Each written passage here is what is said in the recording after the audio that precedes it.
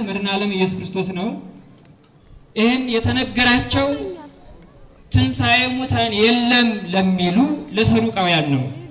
ሰው ከሞተ በኋላ ፈርሶ በስብሶ ይቀራል እንጂ አይነሳም የሚሉ ፈሪሳውያንን የሚያስጨንቁ ነበሩ። ፈሪሳውያን ሰው ይነሳል፣ ከተነሳ በኋላ ደግሞ እየተዋለደ እየተጋባ ይኖራል ባዮች ናቸው። ሰዱቃውያን ደግሞ ሰው ፈጽሞ ከሞተ በኋላ አይነሳም፣ ፈርሶ በስብሶ ይቀራል ባዮች ናቸው።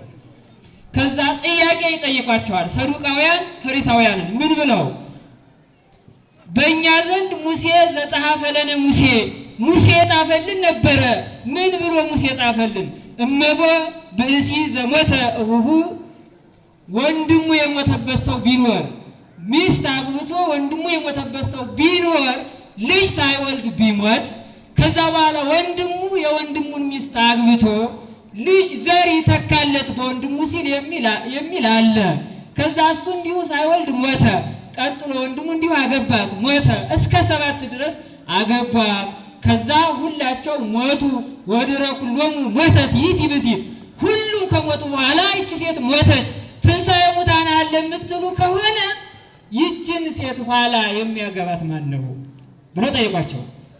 ልብ በሉ ክርስቲያኑ፣ እኛ የተሰባሰብነው ከሞት አሻገር ሕይወት ስላለ ነው። በዚህ ለሚቀረው ዓለም አይደለም እንደክመው ክርስቲያኖች። ስለዚህ ምን አሏቸው?